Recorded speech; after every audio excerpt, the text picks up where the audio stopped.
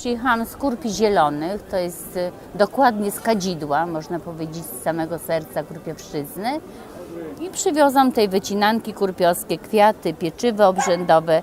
To, co u nas właśnie do tej pory jeszcze tak naprawdę funkcjonuje dobrze, a nawet wzrasta zapotrzebowanie na wycinanki, bo stały się znowu modne.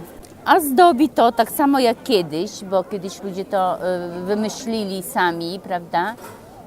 Musieli jakoś ozdobić domy, bo nie było tak możliwości kupienia sobie różnych rzeczy w sklepach. Sklepów nie było też. Więc zaczęli wycinać wycinanki. Jak się pojawił papier, to pierwsze wycinanki były robione z czarnego, bo tylko taki był. I klejem z mąki przyklejali na gołe ściany i od bielenia do bielenia one zdobiły. No jak się bieliło, to trzeba było zerwać, wyrzucić i wycinać nowe.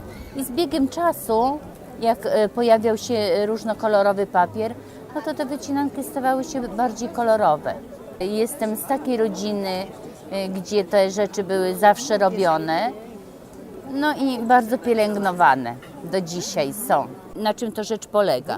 Czyli bez rysowania wycinamy różne listki, igiełki pod różnymi kątami, żeby utworzył się jakiś tam wzór. Ale żeby ładną wycinankę zrobić, no to niestety trzeba troszeczkę czasu, bo nie da się tego w jedną chwilę. Przy wycinaniu muszą być koniecznie śmieci, bo jeśli ich nie będzie, to też wzór nie będzie widoczny. I jedno nacięcie robimy, a drugie nacięcie docinamy do poprzedniego, żeby wypadł ten śmieć, prawda? No i cały czas te igiełki, listki, tylko pod różnym kątem inaczej docinane i utworzy się jakiś tam wzór.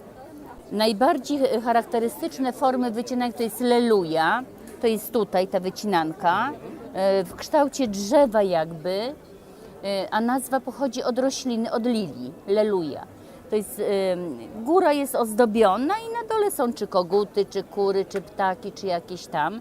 I drugą tą formą jest właśnie gwiazda, albo inaczej się mówi koło jeszcze. A później są wycinanki figuralne nazywamy, czyli koguty, ptaki. I to wszystko jest po prostu wycinane bez rysowania, tak, z własnej wyobraźni. A nawet jeszcze tam z tyłu za mną wisi firanka, bo też nie było materiału takiego, żeby robić firankę, przeważnie ze lnu i z wełny były robione materiały. To firanki wycinali z papieru. Wycinane wzory i później te firanki przyklejało się na okno i służyły, dopóki się nie podarły, prawda? I nie żałuję, że to umiem robić i chętnie to robię.